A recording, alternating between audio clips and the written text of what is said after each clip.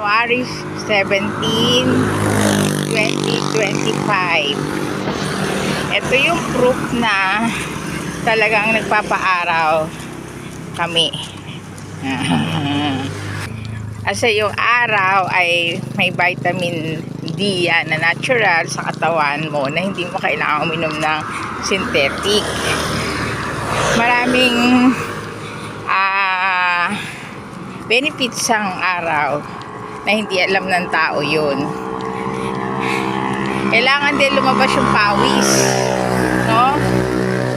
At the same time, naarawan ka kasi para makuha mo yung vitamin na natural na bigay ng Diyos.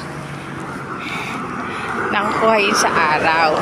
Ayan o, proof na naglalakad ang asawa ko sa araw. Ayan. Mga 1 oras kami dito. Lalo na kung hindi ka makatulog, ito, natural remedies to na hindi mo kailangan gumastos kasi natural araw yun eh. Bye bye. Proof yan.